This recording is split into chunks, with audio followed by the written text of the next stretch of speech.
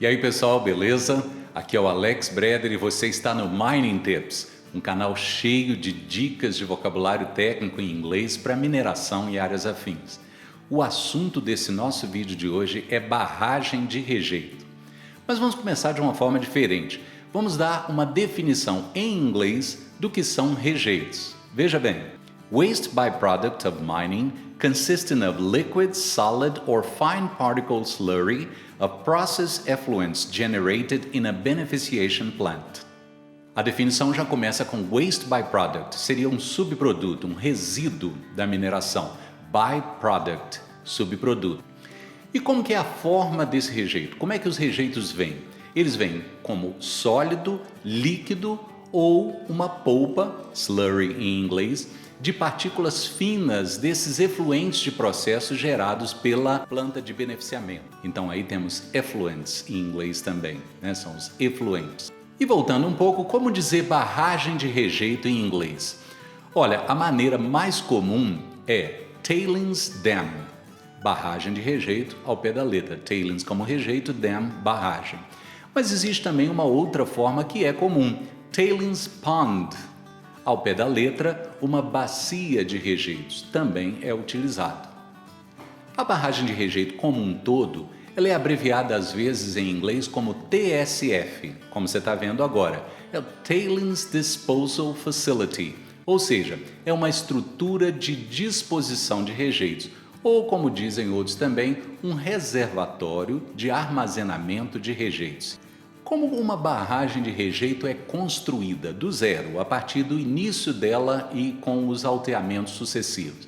Bom, tudo começa com um dique de partida, uma primeira barragem que é feita, que é chamada em inglês de starter dike. E a partir daí, desse dique de partida, é construída a barragem de rejeitos. Essa construção pode se dar por três métodos diferentes. O método conhecido como jusante, em inglês downstream, o método conhecido como montante, em inglês upstream, ou o método conhecido como linha de centro, em inglês centerline. Então temos downstream, upstream e centerline. Qual a diferença entre esses métodos, entre esses três métodos de construção de barragem? Para começar, a gente vai precisar de uma palavra em inglês que é crista, que é a parte mais alta da barragem, em inglês crest. Podemos começar então pelo método upstream, que é o método amontante. Como é feita essa construção? Cada movimento da crista que vai aumentando para conter mais rejeitos é chamado em português de alteamento, em inglês raise. Este é um método de construção que gasta menos material, mas em compensação ele é menos estável. Ele é mais sensível ao que nós chamamos de liquefação, em inglês liquefaction. E o que é essa liquefação? Liquefação é a perda de resistência do solo devido a uma vibração, pode ser até um abalo sísmico, por exemplo. Só para você ter uma ideia, esse método de construção a montante, upstream, não é permitido no Chile, devido ao número de abalos sísmicos e terremotos que esse país enfrenta. O segundo método de construção é o downstream, a jusante. A crista então vai se movendo, né? Aqueles alteamentos, aqueles raises, eles vão acontecendo a jusante da estrutura. Do lado positivo, nós temos que dizer que esse é um método bem mais estável, mas acontece o seguinte, ele gasta mais material e ele também é mais caro. E por último, nós temos o método centerline, de linha de centro. Aí a crista vai subindo somente na vertical, na linha de centro daquele dique de partida que nós falamos no início. Esse método seria uma combinação dos dois métodos, a jusante e a montante, downstream e upstream.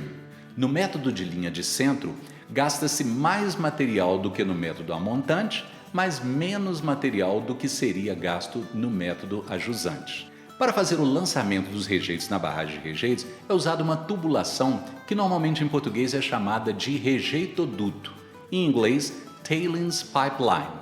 A ponta dessa tubulação que faz o lançamento então na barragem, é conhecida em inglês como spigot.